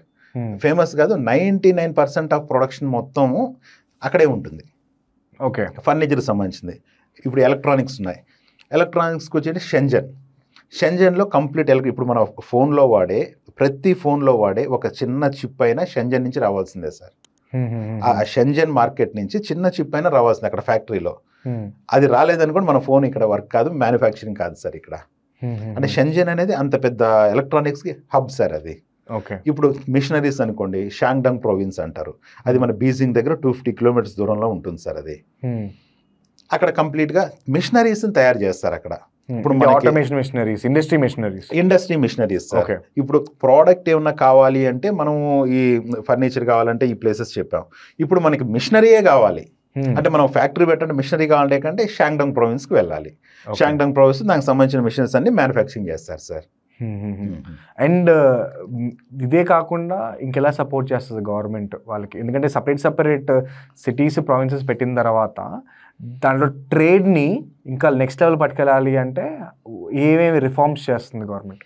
అవును సార్, ఈ క్వశ్చన్ చాలా మంచి క్వశ్చన్ సార్. ఇది ఫస్ట్ ఆఫ్ ఆల్ యాక్చువల్గా ఏంటంటే ఇప్పుడు మనకి ఫోషాన్ మార్కెట్ ఉంది సార్. ఫోషాన్ మార్కెట్లో ఇప్పుడు ఫర్నిచర్ ఫ్యాక్టరీస్ ఉన్నాయి. వీటిలన్నింటినీ ఎగ్జిబిట్ చేయాలంటే ఎలాగా? ఇప్పుడు మన ఇండియాలో కూడా చాలా ప్రోడక్ట్స్ రెడీ అవుతాయి సార్. ఇప్పుడు దాన్ని ఎగ్జిబిట్ చేయలేకున్నారు. ఎక్కడ ఎగ్జిబిట్ చేయాలి? ఇప్పుడు మీరు వెళ్ళారు ఫర్నిచర్ కోసం, ఎక్కడ తిరుగుతారు? ఫ్యాక్టరీస్ తిరగాలంటే ఇది మనకి 100 ఫ్యాక్టరీలు, ఒక 10 ఫ్యాక్టరీలు, 20 ఫ్యాక్టరీలు తిరగగలం సార్. కొన్ని వేల ఫ్యాక్టరీలు ఉంటాయి అక్కడ. ఆ వేల ఫ్యాక్టరీలు తిరగాలంటే అది మనం వెళ్ళి విజిట్ చేయాలంటే చాలా కష్టం సార్, అయ్యే పని కాదు అది. అప్పుడు వీళ్ళు ఏం చేశారంటే గవర్నమెంట్ వాళ్ళు ఒక్కొక్క డిస్ప్లే పెట్టడానికి కొన్ని మార్కెట్స్ పెట్టారు సార్ అక్కడ. ఇప్పుడు ఫోషాన్లో చూస్తే కంప్లీట్గా సన్లింక్ మార్కెట్స్ అని చెప్పి ఈ ఎగ్జిబిట్ చేయడానికి కొన్ని మార్కెట్స్ ఉన్నాయి అక్కడ. ఆ మార్కెట్స్లో వీళ్ళ ఫర్నిచర్ అంతా కూడా పెడతారు సార్ అక్కడ. మనం వెళ్ళి అంటే వాళ్ళకందరికి కూడా కంపెనీ అవుట్లెట్స్ ఉంటాయి, సారీ ఫ్యాక్టరీస్ ఉంటాయి. ఆ ఫ్యాక్టరీస్ వాళ్ళే వాళ్ళ ప్రోడక్ట్ని ఎగ్జిబిట్ చేస్తారు అక్కడ. ఫ్యాక్టరీ అవుట్లెట్స్ మ్యానుఫ్యాక్చరర్స్ వచ్చి ఎగ్జిబిషన్ చేస్తారు. అవును సార్, మ్యానుఫ్యాక్చరర్స్ వచ్చి ఎగ్జిబిట్ చేస్తారు అక్కడ. ఇదేంటంటే 365 days ఉంటుంది అక్కడ. ఓకే. నెక్స్ట్ ఇప్పుడు యువ్వుకి వెళ్దాం. యువ్వుకి వెళ్తే అక్కడ 5 districts ఉంటాయి సార్. ఆ 5 districtsలో ఒక్కొక్క డిస్ట్రిక్ట్లో ఒక్కొక్క ప్రోడక్ట్ ఉంటుంది. అంటే ఇవన్నీ ఒక పెద్ద ఎగ్జిబిషన్ సెంటర్స్ లాగా ఉంటాయి సార్. అవి మాల్స్ లాగా ఎగ్జిబిషన్ సెంటర్స్ లాగా ఉంటాయి కంప్లీట్గా. ఇప్పుడు ఆ యువ్వుకి వెళ్తే అక్కడ దొరకనటువంటి ప్రోడక్ట్ ఉండదండి. స్మాల్ కమ్యూనిటీస్లో ఇదంతా government sir. Key chains, cosmetics, bags, toys, fashion jewellery, car accessories, కెమెరాస్కి సంబంధించిన లైట్స్, ఒక ఎలక్ట్రానిక్స్ కావచ్చు, ప్రతి ఒక్కటి ఆ మార్కెట్లో దొరుకుతాయి సార్. అంటే ఒక పర్సన్ డిఫరెంట్ ప్లేసెస్కి వెళ్లకుండా ఒకే ప్లేస్లో ఒక ఎగ్జిబిషన్ సెంటర్ లాగా ఒక ట్రేడింగ్ హబ్స్ అనేది గవర్నమెంట్ పెట్టింది సార్ అక్కడ. ఈ రెడ్ శాండిల్ వుడ్ మీద ఎందుకు సార్ అంత అబ్సెషన్? వాళ్ళకి బాగా మనం మందించి ఇంపోర్ట్ చేసుకుంటారంట కదా వాళ్ళు. What is obsession there? Sir యాక్చువల్గా ఈ రెడ్ శాండిల్ అనేది చైనాలో 2 విధాలుగా యూజ్ చేస్తారు సార్. ఒకటి వచ్చి మెడికల్ ప్రోడక్ట్ కింద యూజ్ చేస్తారు, ఇంకొకటి వచ్చి లగ్జరియస్ ఫర్నిచర్ తయారు చేయడంలో యూజ్ చేస్తారు సార్. ఓకే. చైనా వాళ్ళ లైఫ్ స్టైల్ ఎలా ఉంటుందంటే వాళ్ళు దాచిపెట్టుకోవాలి, మన నెక్స్ట్ జనరేషన్కి ఇవ్వాలి అనేది వాళ్ళ దగ్గర ఉండదు సార్. కాన్సెప్ట్ లేదు. వాళ్ళకి ఈరోజు ₹1,00,000 వస్తే ఆ ₹1,00,000 కూడా ఈ మంత్ ఖర్చు పెట్టేస్తారు సార్ వాళ్ళు. అంటే దాన్ని ఏమంటారు, స్పెండింగ్ నేచర్ ఎక్కువ అనమాట వాళ్ళకి. ఇక్కడ ఏమవుతుందంటే ఒకానొక స్టేజ్లోకి వెళ్ళిన తర్వాత వాళ్ళు కార్లు కొనుక్కున్నారు, ఇళ్ళు కొనుక్కున్నారు, అన్నీ కొనుక్కున్నారు. నెక్స్ట్ ఏంటంటే వాళ్ళకి ఒక విలాసవంతమైన ఒక జీవితం సార్, ఒక లైఫ్ స్టైల్లో వాళ్ళకి ఒక లగ్జరియస్ ఐటమ్ అంటారా ఏమంటారు సార్ దాన్ని, మీరే చెప్పాలి. ఒక లగ్జరియస్ ఐటమ్ కావాలి సార్. ఆ తర్వాత వీళ్ళు ఏం చేశారంటే రెడ్ శాండిల్తో ఫర్నిచర్ చేసుకోవడం మొదలు పెట్టారు సార్. సోకులు ఎక్కువైనాయి అనుకోవచ్చు, డబ్బు ఎక్కువైంది అనుకోవచ్చు. ఫస్ట్ ఆఫ్ ఆల్ డబ్బు ఎక్కువైన తర్వాత రెడ్ శాండిల్తో ఫర్నిచర్ చేయడం మొదలు పెట్టారు. ఇది 2010 నుంచి 2020 దాకా బాగా జరిగింది. ఓకే. దాని ముందు కూడా మేబీ. ఇప్పుడు ఒక లాస్ట్ 7 years నుంచి అక్కడ గవర్నమెంట్ కూడా ఈ రెడ్ శాండిల్ ఇంపోర్ట్స్ మీద కొన్ని రిస్ట్రిక్షన్స్ పెట్టింది సార్. ఇంకొకటి ఏంటంటే ఎవరెవరైతే రెడ్ శాండిల్ వాడుతున్నారు, సేల్ చేస్తారు, వాళ్ళ మీద కొన్ని రిస్ట్రిక్షన్స్ ఎక్కువైనాయి. అందువల్ల ఇంతకుముందు ఉన్నంత మార్కెట్ ఇప్పుడు లేదు సార్ రెడ్ శాండిల్కి. ఇంతకుముందు కొన్ని కోట్లు పలికే రెడ్ శాండిల్ ఇప్పుడు ల్యాక్స్లోకి వచ్చేసింది. ఇంతకుముందు అప్రాక్సిమేట్లీ ఒక టన్ వచ్చి 50 to 60 lakhs ఉండేది. ఈ రోజు market price, China market price 15 lakhs to 20 lakhs మధ్యలో ఉంది సార్. బాగా పడిపోయింది ఇష్యూస్ వల్ల. అంటే చైనీస్ గవర్నమెంట్ కొన్ని ఇంపోర్ట్స్ వాళ్ళు కూడా అక్కడ స్ట్రిక్ట్గా పట్టున్నారు. రైట్. అందువల్ల కొంచెం మార్కెట్ అయితే డౌన్ అయింది సార్ ఇప్పుడు రెడ్ శాండిల్. చాలా మంది చైనా మనం జోక్ చేసుకుంటాం కదా సార్ రోజు మాట్లాడుతున్నప్పుడు, చీప్ చైనా ప్రోడక్ట్ అది చైనా మాల్రా అంటాడు. చైనా ప్రోడక్ట్ అంటేనే it is associated with cheap quality. కానీ మనం మాట్లాడుకున్నప్పుడు నాకు రియలైజ్ అయింది ఏంటంటే చైనా అంటే చీప్ కాదు అని రియలైజేషన్ వచ్చింది. దాని గురించి కొంచెం ఎక్స్ప్లెయిన్ చేయండి సార్ నాకు మళ్ళీ ఒకసారి. సార్ ఇప్పుడు చైనాలో మనకు ఒక వస్తువు రూపాయికి చేయగలడు, ₹1,00,000 చేయగలడు సార్. ఫర్ ఎగ్జాంపుల్ ఒక ఫర్నిచర్ తీసుకుందాం సార్. ఫర్నిచర్లో ఒక సోఫా 10,000లో దొరుకుతుంది, 2 కోట్ల రూపాయల్లో కూడా దొరుకుతుంది సార్. అక్కడ 2 కోట్ల సోఫానా? 2 కోట్ల సోఫా సార్. మీరు విన్నది కరెక్టే సార్. అంటే ఇక్కడ చైనాకి ఎస్పెషల్ ఫర్నిచరే తీసుకుందాం సార్. ఫర్నిచర్ కోసము చైనాకి ఇప్పుడు ట్రెండింగ్ ఏంటంటే, ఇప్పుడు వాళ్ళు కట్టుకున్న విల్లాస్కి, పెద్ద పెద్ద హౌసెస్కి, అంటే ఇది ఒక మిడిల్ క్లాస్ వాళ్ళకి కాదు సార్, అబోవ్ మిడిల్ క్లాస్ కూడా కాదు చెప్పాలంటే. Next HNI, high net worth individuals, అది సార్. అంటే ఒక విల్లాస్ కట్టుకున్న వాళ్ళు వీళ్ళు ఏంటంటే ఇప్పుడు డైరెక్ట్గా చైనాకు వస్తున్నారు. చైనాకు వచ్చి వాళ్ళకి కావాల్సిన ఫర్నిచరు, వాళ్ళకి కావాల్సిన ఇంటీరియర్స్, లైట్స్ ఇవన్నీ అక్కడ పర్చేజ్ చేస్తున్నారు సార్. వాళ్ళు ఎందుకు పర్చేజ్ చేస్తున్నారంటే ప్రైస్ తక్కువ అని కాదు, ఆ క్వాలిటీ, అక్కడ ఉండే ఆప్షన్స్, ఆ డ్యూరబిలిటీ. ఇంకోటి ఏంటంటే మెయిన్లీ కస్టమైజేషన్ సార్. ఇప్పుడు మనకు కావాల్సిన సైజులో మనకు కావాల్సినట్టుగా కస్టమైజ్డ్ చేసి మనకు కావాల్సిన కలర్ వేసి వాళ్ళు ఇమీడియట్గా ఆ మంచి క్వాలిటీతో ఇస్తారు సార్. అంటే ఇవేమైందంటే చైనాలో లోవర్ మాల్ అని చెప్పి ఉంది సార్. ఇది ఒక మనం ఇంట్లో ఒక బెంచ్ కార్ వాడితే ఎలాగో ఒక స్టేటస్ సింబలో, ఇప్పుడు వచ్చేవాళ్ళు ఏంటంటే, అంటే ఇక్కడ ఇండియా నుంచే కాదు సార్, ఇప్పుడు చాలా కంట్రీస్, యూఎస్ నుంచి వస్తారు, యూకే నుంచి వస్తారు, అరబ్ కంట్రీస్ నుంచి వస్తారు అక్కడికి. అంటే వాళ్ళకి ఆ మాల్లో తీసుకున్నాము అంటే ఒక బ్రాండ్, వాళ్ళ ఒక స్టేటస్ సింబల్ లాంటిది అనమాట. మేము అక్కడికి వెళ్ళి చైనాలో ఆ మాల్లో కొన్నాము అంటే, అందువల్ల మెయిన్లీ ఆ స్టేటస్ కోసం దానికోసం అక్కడ వచ్చి కొంటారు సార్ చైనాలో. ఇంకొకటి ఏంటంటే ఒక మిడిల్ క్లాస్ ఫ్యామిలీస్కి ఏంటంటే తక్కువ బడ్జెట్లో కూడా దొరుకుతాయి. అంటే హై బడ్జెట్ దొరుకుతుంది, మీడియం బడ్జెట్ దొరుకుతుంది, లో బడ్జెట్ కూడా దొరుకుతుంది. అంటే మన బడ్జెట్ని బట్టి మనకి ఏం కావాలో అక్కడ దొరుకుతాయి సార్. మీరు స్టార్ట్ చేసినప్పుడు మీరు ఒక వెబ్సైట్ చూసి వెళ్ళే అన్నారు కదా, సో బేస్గా ఈ B2B portals, one of the most popular B2B portal Ali Baba. అవును సార్. ఆలీబాబా కాకుండా ఒకవేళ ఇంపోర్ట్ ఎక్స్పోర్ట్ చైనా నుంచి చేసుకోవాలన్నా లేదా ఏమేమి పోర్టల్స్ ఉంటాయి, ఏమేమి ఇంటర్నెట్ దాంట్లో సెర్చ్ చేసుకోవచ్చు సార్? ఇప్పుడు చైనా అంటే అందరికీ ముందుగా గుర్తుకొచ్చేది అలీబాబా సార్.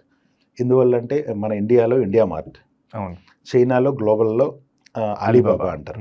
ఇప్పుడు అలీబాబా ఉంది, మేడ్ ఇన్ చైనా ఉంది, ఓకే, అలీ ఎక్స్ప్రెస్ ఉంది, యువు గూడ్స్ ఉంది.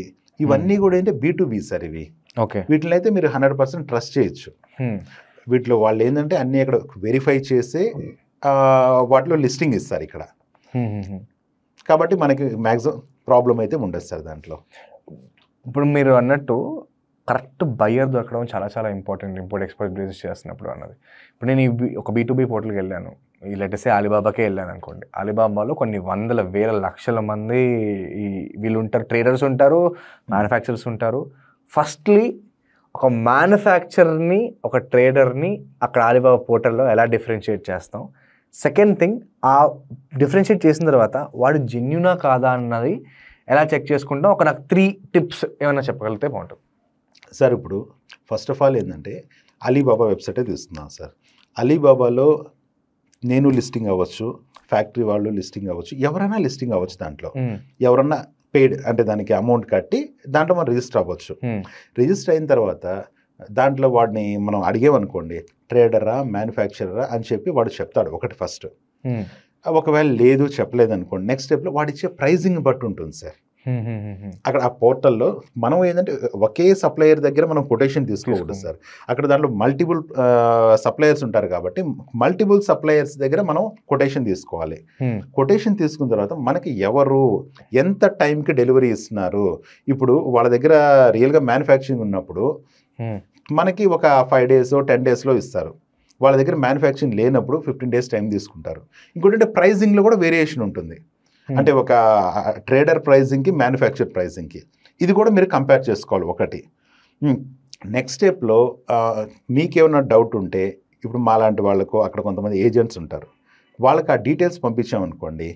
ఇప్పుడు సపోజ్ ఫర్ ఎగ్జాంపుల్ సార్ మమ్మల్నే తీసుకున్నాం, కొంతమంది కస్టమర్స్ ఇప్పుడు అలీబాబాలో చూస్తున్నారు, అలీబాబాలో చూసి మాకు ఆ ప్రోడక్ట్ కావాలి అని చెప్పి మాకు ఎంక్వైరీ పెడుతున్నారు సార్.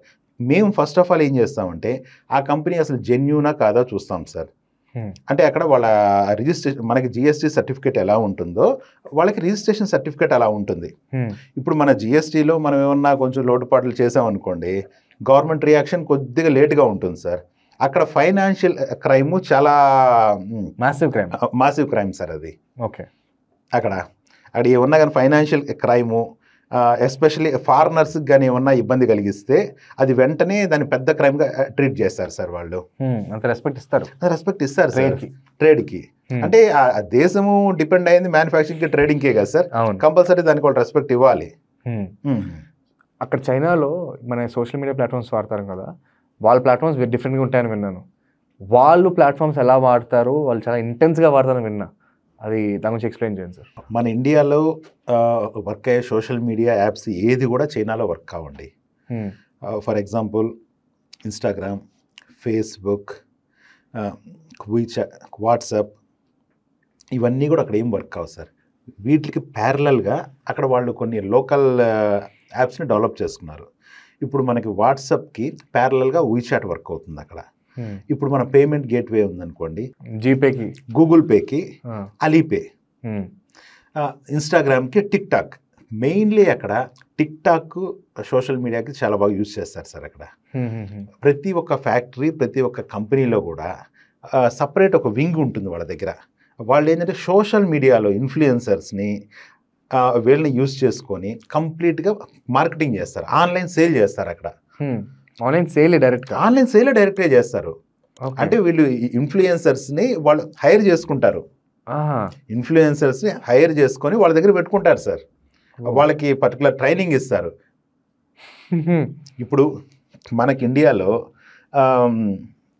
ఇండియాకి ఏమని చెప్పాలంటే మనకి కొంత సోషల్ మీడియా టీమ్ అనేది చాలా తక్కువ ఉంటుంది సార్. ఇక్కడ సోషల్ మీడియా ఇంపాక్ట్ చాలా తక్కువ ఉంటుంది. అక్కడ సోషల్ మీడియాకి సపరేట్ వింగ్ ఉంటుంది అనమాట, ప్రతి కంపెనీలో ఉంటుంది సార్. ఇప్పుడు లోకల్ మార్కెట్, లోకల్ బిజినెస్ మొత్తం కూడా ఆ సోషల్ మీడియా వాళ్ళు హ్యాండిల్ చేస్తారు. ఆన్లైన్లో ఆర్డర్స్ తీసుకుంటారు వాళ్ళు అక్కడ.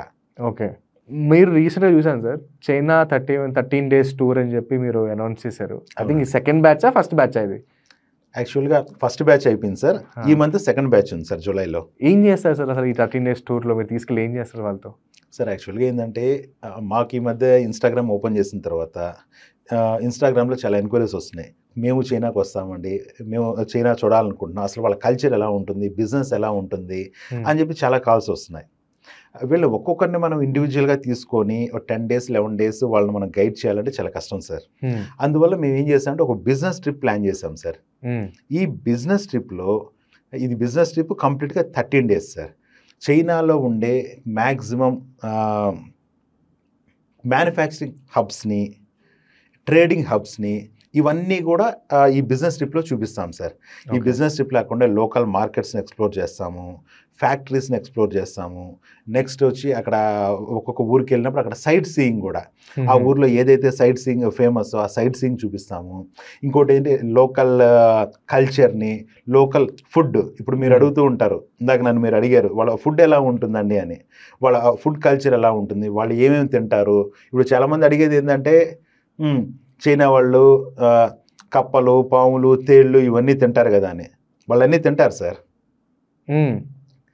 అంటే వాళ్ళు ఏది తిన్నా కూడా హైజీనిక్గానే తింటారు సార్. దీంట్లో కూడా ఇవన్నీ అంటే ఈ కల్చర్ని ఇవన్నీ కూడా చూపిస్తాము. నెక్స్ట్ అక్కడ లోకల్ బుల్లెట్ ట్రైన్ జర్నీ, అక్కడ ఉండే కొన్ని అడ్వెంచర్స్ కావచ్చు, మార్కెట్స్ కావచ్చు, ఇవన్నీ దీంట్లో కవర్ చేస్తాం సార్. దీంట్లో ఈ ట్రిప్లో మాతోటే వస్తే ఈ 11 daysలో 90% ఆఫ్ చైనా మార్కెట్స్ని, చైనా కల్చర్ని మీకు ఎక్స్ప్లోర్ చేస్తాం దాంట్లో. సో మెడికల్ టూరిజం లాగా ఇండస్ట్రియల్ టూరిజం చేశారు. ఇది industrial tourism sir. Industrial tourism start చేశారు. ఇండస్ట్రియల్ టూర్ అనుకోండి, బిజినెస్ టూర్ అనుకోండి. ఫస్ట్ టైం మీ ఫస్ట్ బ్యాచ్ అయింది కదా, అసలు వచ్చిన వాళ్ళ ఎక్స్పీరియన్స్ ఎట్లా ఉండేది? తర్వాత వాళ్ళు వచ్చిన తర్వాత వాళ్ళు ఏమైనా బిజినెస్ స్టార్ట్ చేశారా? లాస్ట్ బిజినెస్ ట్రిప్లో అయితే 15 మెంబర్స్ వచ్చారు సార్. 15 మెంబర్స్లో కొంతమంది కొత్తగా ఇండస్ట్రీ స్టార్ట్ చేయాలని చెప్పి వచ్చిన వాళ్ళు ఉన్నారు. కొంతమంది ఈ చిన్న చిన్న స్టోర్ స్టార్ట్ చేయాలని చెప్పి వచ్చినారు. కొంతమంది ఏంటంటే అసలు ఏమి చేయాలో అర్థం కాక అక్కడికి వస్తే ఏదో ఒక సొల్యూషన్ దొరుకుతుందని చెప్పి వచ్చారు. ఆల్రెడీ కొంతమంది ఎక్స్ప్లోర్ చేయాలని చెప్పి, అంటే కొంతమంది అయితే దాంట్లో యూకే నుంచి వచ్చారు, యుఎస్ నుంచి కూడా వచ్చారు. అంటే వాళ్ళు వచ్చిన తర్వాత అసలు చెప్పింది ఏంటంటే, మేము చైనా అనేది చాలా చిన్నది, చిన్న చిన్న 2 ఫ్లోర్లు 3 ఫ్లోర్లు పెంకుటిళ్ళు ఉంటాయి, అక్కడ వాళ్ళు ఏదో ఇళ్లలో పెట్టుకొని ఇండస్ట్రీస్ రన్ చేస్తారు అనుకున్నాము. ఈవెన్ ఇది యుఎస్ యూకే కంటే పెద్దది. ఇక్కడ ఉండే బిల్డింగ్స్ కావచ్చు, ఇక్కడ ఉండే ఇన్ఫ్రాస్ట్రక్చర్ కావచ్చు, యుఎస్ యూకే కంటే చాలా గొప్పగా ఉన్నాయని చెప్పారు సార్. ఇక్కడ వాళ్ళు ఇప్పుడు ఆల్రెడీ కొంతమంది కొత్తగా బిజినెస్ స్టార్ట్ చేస్తున్నారు. కొంతమంది వాళ్ళకి కావాల్సిన ఎగ్జిస్టింగ్ బిజినెస్కి రా మెటీరియల్స్ అవన్నీ మనం సప్లై చేస్తున్నాము. ఇప్పుడు కొంతమంది మిషనరీస్ చూస్తున్నారు. అంటే ఈ ట్రిప్ అయి కూడా ఒక 15 days అయింది సార్ ఇది. చాలామంది చైనాలో లేబర్స్ చాలామంది ఉంటారు, కంటిన్యూస్గా లేబర్ని ఎక్స్ప్లాయిట్ చేస్తున్నారు కాబట్టి ఈ ప్రైస్లో ఇవ్వగలుగుతున్నారు, ఈ చీప్ ప్రైజెస్లో ఇవ్వగలుగుతున్నారు, అందుకే ప్రోడక్ట్స్ చాలా తక్కువ ప్రైస్లో వస్తాయి అని చెప్పి అంటారు. లేబర్ ఎక్స్ప్లాయిటేషన్ అనేది చైనాలో జరుగుతుందా? మన ఇండియాతో కంపేర్ చేస్తే China labour cost 300 times extra sir. మరి ఎలా సార్ మనం తక్కువ ప్రైస్గా ఇవ్వగలుగుతున్నారు వాళ్ళు? సార్ అక్కడ మినిమం వేజెస్ వచ్చి, అంటే ఇప్పుడు మినిమం వాళ్ళ మంత్లీ శాలరీ వచ్చి 5000 RMB సార్. 5000 RMB అంటే మన ఇండియా కరెన్సీలో అప్రాక్సిమేట్లీ ఒక 60,000 రూపీస్. మన ఇండియాలో 15,000 sir. Even blue colour employee కూడా అంతే వస్తుంది. అంటే ఈ చిన్న చిన్న ఆడ్ జాబ్స్ చేసుకుని గిగ్స్ చేసుకునే వాళ్ళు కూడా అంత మినిమం శాలరీ, అంత మినిమం శాలరీ సార్ నేను చెప్పింది. 5000 RMB అనేది మినిమం వేజెస్ సార్. అది అంటే ఒకప్పుడు నేను 2013-15 టైంలో 3000 ఉండింది, అది ఇప్పుడు 5000 అయింది సార్. అంటే మినిమం మనం ఒక ఆఫీస్ బాయ్ని పెట్టుకోవాలన్నా, ఒక ఆఫీస్ అసిస్టెంట్ పెట్టుకోవాలన్నా మినిమం మనం 5000 వాళ్ళకి పే చేయాలి సార్ అక్కడ. సో ఎక్స్ప్లాయిటేషన్ లేదంటారు. అంటే చైనీస్, అంటే చెప్తాను సార్ దీని గురించి. యాక్చువల్గా చైనీస్ లేబర్ ఎక్స్పెన్సివ్ అండి. కానీ ఎలా ఉంటుందంటే, చైనీస్ ఎంప్లాయీస్ 2 members వచ్చి ఈక్వల్ మన 10 members ఈక్వల్ అండి. స్ట్రెంత్లో ఈక్వలా లేకపోతే ఎలాగా? స్ట్రెంత్లో అనుకోవచ్చు, లేదంటే వాళ్ళ వర్కింగ్ స్టైల్గా, అంటే వాళ్ళు స్మార్ట్ వర్క్ చేస్తారు సార్. అంటే మీకు ఒక 2 ఎగ్జాంపుల్స్ చెప్తే అర్థమవుతుంది సార్. ఇప్పుడు వాళ్ళు వర్క్ చేసేది మార్నింగ్ 9 to ఈవినింగ్ 5 o'clock దాకే వర్క్ చేస్తారు. దానికంటే ఎక్కువ వర్క్ చేయరు. ఒకవేళ ఎక్స్ట్రా వర్క్ చేస్తే పర్ అవర్కి 100 RMB ఇవ్వాలి. అంటే 100 RMB అంటే అప్రాక్సిమేట్లీ మనకి 1200 రూపీస్. ఫర్ ఎగ్జాంపుల్ ఒక కంపెనీని తీసుకుంటే, ఒక ఫ్యాక్టరీ తీసుకుంటే, ఒక ఫ్యాక్టరీలో 200 మంది వర్క్ చేస్తారు సార్, మినిమం టు మినిమం. ఆ 200 మంది కూడా ఏంటంటే ఎవరి వర్క్ వాళ్ళు చేసుకుంటారు సార్. ఇప్పుడు ఇండియాలో నా దగ్గర ఒక 40 members వర్క్ చేస్తున్నారు సార్. వీళ్ళకి ఏంటంటే బ్యాకప్ ఉండాలి, అంటే వీళ్ళని ఫాలో అప్ చేయాలి. అక్కడ ఆ పరిస్థితి లేదు. వాళ్ళు పనిచేసే 8 గంటలు కూడా వాళ్ళు నీట్గా వాళ్ళకి అప్పచెప్పిన వర్క్ని నీట్గా వర్క్ చేసుకొని వెళ్తారు సార్ అక్కడ. మనం ఇండియాలో ఒక ఐటమ్ని 10 items చేస్తే 10 మందితో, అదే వాళ్ళు అక్కడ 50 items చేస్తారు ఆ 10 మందితో. అంటే దీంట్లో వాళ్ళు టెక్నాలజీని యూజ్ చేస్తారు సార్. ఎఫిషియన్సీ ఎక్కువ ఉంటుంది. అంటే లేబర్ తక్కువ ఉంటారు, టెక్నాలజీని ఎక్కువ యూజ్ చేస్తారు వాళ్ళు. ఇప్పుడు ఫర్ ఎగ్జాంపుల్ కంటైనర్ నాకు అక్కడ లోడింగ్ జరుగుతుంది. నాకు చైనాలో వేర్ హౌస్ ఉంది, ఇండియాలో వేర్ హౌస్ ఉంది సార్. చైనాలో లోడింగ్ చేసేది 2 members లోడ్ చేస్తారు సార్. అక్కడ 2 లేబరు టోటల్ కంటైనర్ని 2 లేబర్ లోడ్ చేస్తారు. ఇక్కడ అన్లోడింగ్ చేసేటప్పుడు 10 మంది అన్లోడ్ చేస్తారు సార్. ఇక్కడ 10 మంది అన్లోడ్ చేస్తారు. అంటే వాళ్ళు దానికి కావాల్సిన మిషనరీస్, ఆ గ్యాడ్జెట్స్ ఇవన్నీ కూడా వాళ్ళు దాంట్లో యూజ్ చేసి, టెక్నాలజీని యూజ్ చేసి లోడ్ చేస్తారు సార్ అక్కడ. అలాగే ఒక కంపెనీలో కూడా మనం చేసే వర్క్ వాళ్ళు స్మార్ట్ వర్క్ చేస్తారు. ఫిజికల్ వర్క్ తక్కువ ఉంటుంది, వాళ్ళు వర్క్ చేసే స్మార్ట్ వర్క్ ఎక్కువ ఉంటుంది సార్ అక్కడ. అందువల్ల ఆ కంట్రీ డెవలప్ అయింది సార్ బాగా. లగ్జరీ బ్రాండ్స్ ఫస్ట్ కాపీ అంటే ఈ రాల్ఫ్ లారెన్, హెర్మెస్ ఏవైతే $3,000 $2,000 బ్యాగులు ఉంటాయి కదా, వాడు అన్నీ మ్యానుఫ్యాక్చర్ చైనాలో నుంచి చేస్తున్నారు. కానీ వాళ్ళు యాక్చువల్లీ బయటకు వచ్చి మేము ఇది $60 చేస్తామని చెప్పేస్తున్నారు కదా, అది కాపీనా లేకపోతే కాపీ మార్కెట్ రియల్గా వాళ్ళు చేస్తున్నారా? ఏం సార్ సిచ్యువేషన్ ఏంటి అక్కడ? సార్ ఇప్పుడు వరల్డ్ మొత్తానికి బ్రాండ్స్కి అన్నిటికీ వర్క్ చేసేది చైనానే సార్. ఇప్పుడు మీరు వాచెస్ తీసుకోవచ్చు, బ్యాగ్స్ తీసుకోవచ్చు, గార్మెంట్స్ తీసుకోవచ్చు. ఇవన్నీ కూడా డిజైనింగ్ వచ్చి ఆ కంట్రీస్లో అవుతుంది, మ్యానుఫ్యాక్చరింగ్ వచ్చి చైనాలో అవుతుంది సార్. ఫర్ ఎగ్జాంపుల్ ఫర్నిచర్ అనగానే అందరికీ గుర్తొచ్చేది ఇటలీ. ఇటలీ ఫర్నిచర్ చాలా బాగుందంటారు. యాక్చువల్గా ఇటలీలో మ్యానుఫ్యాక్చరింగ్ చేయరు సార్, ఓన్లీ డిజైనింగ్ చేస్తారు. ఆ మ్యానుఫ్యాక్చరింగ్ అంతా కూడా చైనా ఫోషాన్లో చేస్తారు సార్. ఓకే. ఇట్లాగే ఈ టాప్ బ్రాండ్స్ అన్నీ కూడా ఈ మ్యానుఫ్యాక్చరింగ్ అంతా చైనాలో జరుగుతుంది.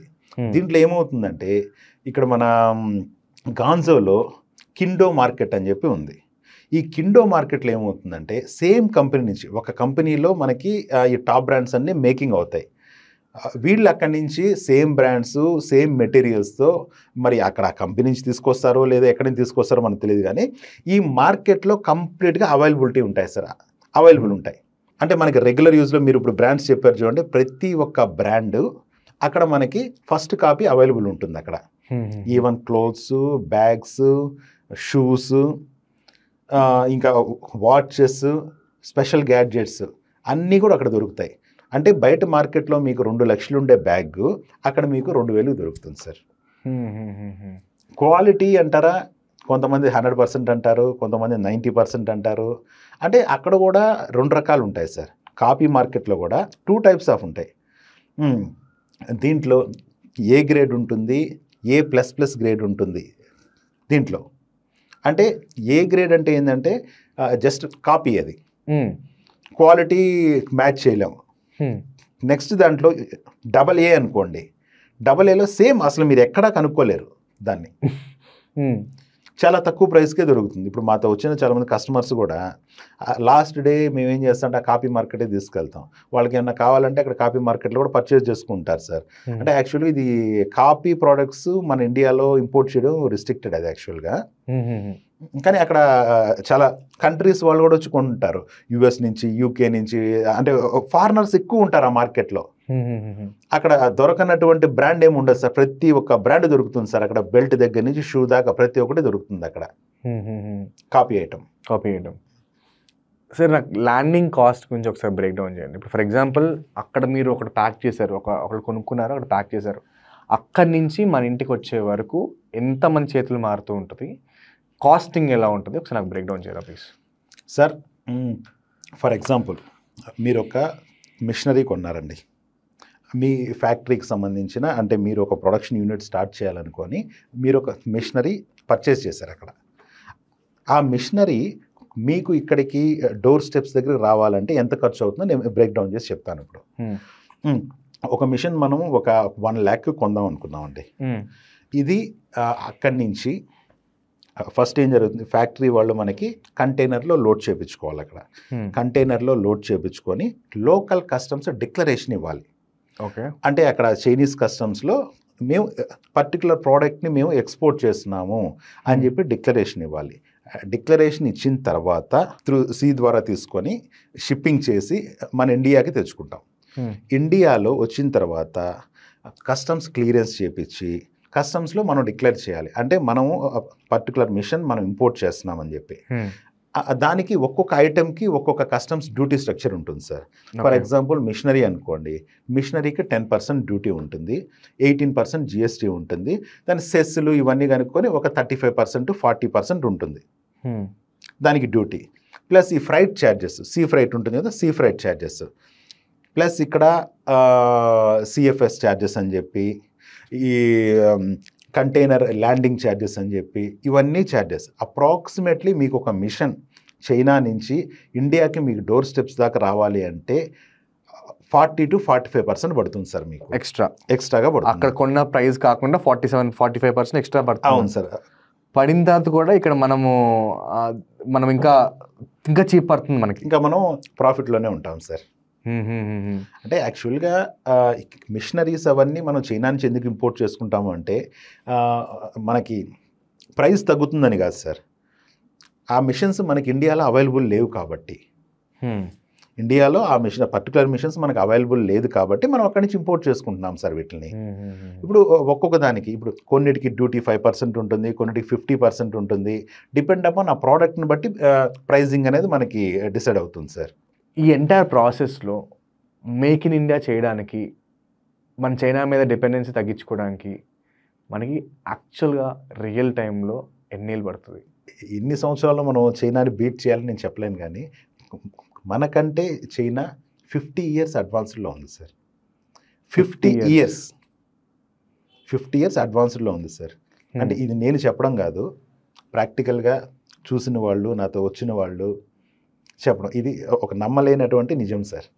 యాక్చువల్గా నేను చైనా నుంచి ఇంపోర్ట్ చేస్తున్నప్పుడు నెగిటివిటీ చాలా ఉంది సార్. కామెంట్స్లో కూడా చాలామంది పెడతారు, మీరు చైనాని ఎందుకు ఎంకరేజ్ చేస్తున్నారండి, చైనా వస్తువులు మీరు ఇండియాను ప్రమోట్ చేయొచ్చు కదా అని. యాక్చువల్గా నేను పర్సనల్గా చైనాని ఏమీ ప్రమోట్ చేయట్లేదు సార్. చైనాని కొన్ని ఐటమ్స్ని కొన్ని ప్రోడక్ట్స్ తీసుకొని మనం ఇక్కడ దాన్ని మ్యానుఫ్యాక్చరింగ్ స్టార్ట్ చేయాలి, దాన్ని ఒక ఇన్స్పిరేషన్గా తీసుకోవాలి సార్. అంటే చైనాని ఒక ఇన్స్పిరేషన్గా తీసుకోవాలి మనం. అది ఒక 20 yearsలో డెవలప్ అయినటువంటి కంట్రీ సార్. అదేం 100 సంవత్సరాల నుంచి డెవలప్ అయిన కంట్రీ కాదు, 200 సంవత్సరాల నుంచి డెవలప్ అయిన కంట్రీ కాదు. 1985 నుంచి దాని గ్రాఫ్ అనేది స్లోగా పెరిగి ఈ రోజు దాని గ్రాఫ్ టాప్లో ఉంది సార్. అంటే దాన్ని మనం ఇన్స్పిరేషన్గా తీసుకోవాలి. ఇప్పుడు మనం ఉన్నట్టుండి ఈ రోజు చైనాతో మనం కాంపిటేట్ చేసి అంటే మనం అక్కడి నుంచి ఇంపోర్ట్స్ ఆపేస్తే ఇక్కడ మన ఇండియాకి కొంత, అంటే మన మ్యానుఫ్యాక్చరింగ్ యూనిట్స్కి కొంత ఇబ్బంది ఉంటుంది సార్. అంటే గ్రాడ్యువల్గా మనం తగ్గించుకుంటూ రావాలి.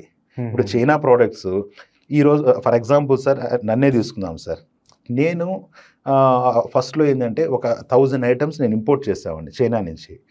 నేను 2018-19లో ఏం చేశానంటే నేనే ఓన్గా ఇక్కడ మిషనరీ చైనా నుంచి ఇంపోర్ట్ చేసుకున్నాను. ప్రొడక్షన్ మొత్తం కూడా నేను ఇండియాలో స్టార్ట్ చేశాను సార్. నెల్లూరులో మాది యూనిట్ ఉంది సార్. ఈ ఫోటో ఫ్రేమింగ్ సంబంధించిన మ్యానుఫ్యాక్చరింగ్ ఉంది, మిషన్స్కి సంబంధించిన మ్యానుఫ్యాక్చరింగ్ ఉంది, ఈ ఫోటోగ్రఫీ మెటీరియల్స్, ప్రింటింగ్ మెటీరియల్స్ ఇవన్నీ కూడా మా నెల్లూరులో నేను స్టార్ట్ చేశాను సార్. అంటే డిపెండెన్సీ తగ్గించుకుంటూ వచ్చి ఇక్కడ మన ప్రొడక్టివిటీ పెంచుకోవాలి సార్ ఇక్కడ. రైట్. అంతేగాని ఈ రోజు చైనా ప్రోడక్ట్స్ ఆపేస్తే దానివల్ల పాజిటివ్ కంటే కూడా నెగిటివ్స్ ఎక్కువ ఉంటాయి సార్.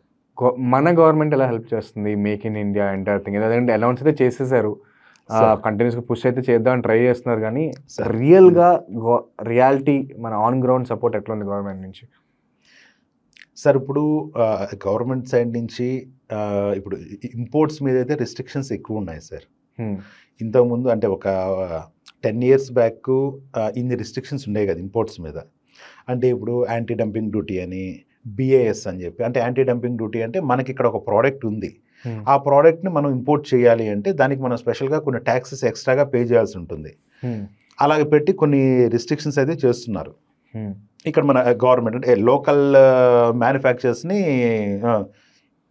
డెవలప్ చేయడం కోసం ఇది చాలా మంచిదే సార్. ఇది ఇట్లాగా కొన్ని ఐటమ్స్ని ఇక్కడ ఫ్యాక్టరీస్ పెట్టడానికి దానికి కావాల్సిన ఎక్విప్మెంట్ని, దానికి కావాల్సిన సపోర్ట్ మన గవర్నమెంట్ ఇస్తే ఇంకా బాగుంటుంది సార్. ఇప్పుడు మన చైనా గవర్నమెంట్ సపోర్ట్ అంటే దాని ఫైనాన్షియల్ సపోర్ట్ కావచ్చు, మార్కెటింగ్ సపోర్ట్ కావచ్చు. ఇంకోటి ఏంటంటే మనకి ఇవి మనం మ్యానుఫ్యాక్చరింగ్ చేసిన ప్రోడక్ట్ని మార్కెటింగ్ చేసుకోవడానికి కొన్ని హబ్స్ ఇలాంటివి కానీ కన్స్ట్రక్షన్ చేసి, అంటే ఇప్పుడు మన తెలంగాణ ఉంది, తెలంగాణలో ఒక ప్లేస్ అలాట్ చేయాలి, దీనికి ఒక ప్లేస్ అలాట్ చేసి అక్కడ కొన్ని కాంప్లెక్స్ లాగా పెద్ద బిల్డింగ్స్ కట్టాలి. బిల్డింగ్స్ కట్టి మనం మ్యానుఫ్యాక్చర్ చేసుకున్న ప్రోడక్ట్ అంతా కూడా అక్కడ మనం డిస్ప్లే పెట్టగలగాలి. నాకు ఒక ఫ్యాక్టరీ ఉందండి, ఇప్పుడు నేను ఏది ఫోటోగ్రఫీ మెటీరియల్స్ నేను చేస్తున్నాను, ఇప్పుడు దానికి నాకు ఒక ఫ్యాక్టరీ ఉంది, ఆ ఫ్యాక్టరీకి సంబంధించి నాకు ఒక స్టాల్, నేను దానికి రెంట్ కట్టుకుంటాను. ఇప్పుడు దాన్ని మన గవర్నమెంట్ ప్రమోట్ చేయాలి. ఇట్లాగా మా తెలంగాణలో లేకుంటే ఆంధ్రప్రదేశ్లో లేదంటే ఇండియాలో ఇలాంటి హబ్స్ ఉన్నాయి. హైదరాబాద్లో ఒక హబ్ ఉంది, ఈ హబ్కి వెళ్తే మా మ్యానుఫ్యాక్చరర్స్ అందరూ మీకు అక్కడ దొరుకుతారు. బయట కంట్రీస్లో కూడా ప్రమోట్ చేయాలి, అప్పుడు మనకి ఓవర్సీస్ కస్టమర్స్ వస్తారు సార్. అంతేగాని ఇవన్నీ లేకుండా మనం ఎక్స్పోర్ట్ చేయాలి అంటే కొద్దిగా కష్టం సార్. మన ఇన్ఫ్రాస్ట్రక్చర్ కూడా బాగుండాలి sir. Right. Me last close to 20 years జర్నీలో సార్ మీరు నేర్చుకున్న టాప్ 3 things ఏంటి sir? Again it might be టెక్నికల్గా అవ్వచ్చు, లేకపోతే మెంటల్గా అవ్వచ్చు. What is the top 3 things you have learned? Sir బిజినెస్లో అంటారా? బిజినెస్లో సార్ యాక్చువల్గా బిజినెస్లో నేను ఇచ్చే సజెషన్స్ అయితే 2 ఇస్తాను సార్. పెద్ద పెద్ద ఇన్వెస్ట్మెంట్లు పెట్టద్దు సార్ ఫస్ట్. అంటే మీకు ఆ ప్రోడక్ట్ గురించి అవగాహన లేకుండా, మీకు దాని గురించి తెలియకుండా పెద్ద పెద్ద ఇన్వెస్ట్మెంట్లు పెట్టద్దు. ఎవరినో నమ్మి మీరు బిజినెస్ చేయొద్దు సార్. నా పార్ట్నర్ చేస్తాడు, నేను కూర్చొని ఇన్వెస్ట్ చేస్తాను అనే కాన్సెప్ట్ మీరు పెట్టుకోవద్దు సార్.